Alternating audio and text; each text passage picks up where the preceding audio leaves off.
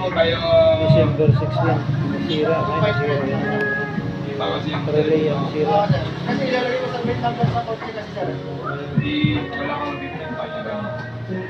Special yan. Ibig sabihin kahit hindi siya gano'n, pero mas mahaba lang sana. Ayan, pinabalik na. Ginagawa na.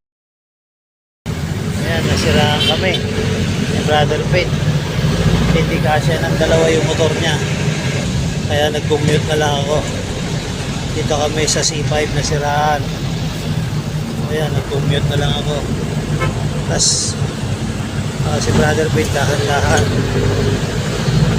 Ayan, nagko-commute na ako. Papunta ako ng Guadalupe, EDSA. O siguro mabigat. Kaya hindi kaya ng motor. Kaya nasira. Sira yung motor. Nag-commute na lang ako. Nandito na kayo sa LRT Guadalupe. Grabe.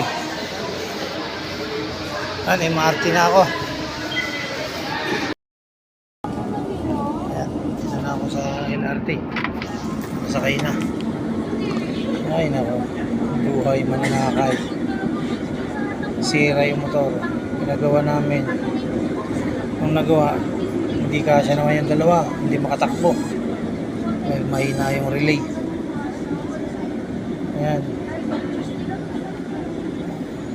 Naiiwan ko na si Brother Pete doon sa C5. Sana makawing ligtas. Sira ulit. Ayan, dito na ako sa Boni. May update ulit ko kayo. Nasa ano na ako, Trinoma. Ayan, dito na ako sa Trinoma. Nakapila na ako. Ayaw ko na mag-bus. Sakit na ng paa ko. So layo na nilalakad ko. Antayin ko na lang yung UV. Trinoma.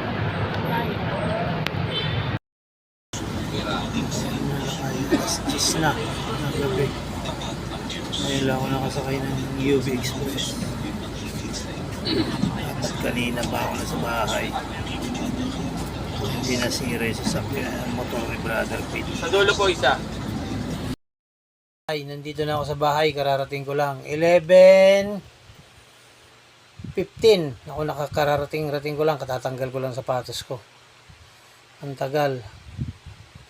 Traffic ako doon sa Trinoma. Kasi hindi na ako naglakad papuntang SM. Nag-antay na lang ako ng UV. Ayan. Dahil sa nasira yung sasakyan, yung motor ni Brother Pete. Ayan, kararating ko pa lang. Sana ligtas na nakauwi si Brother Pete.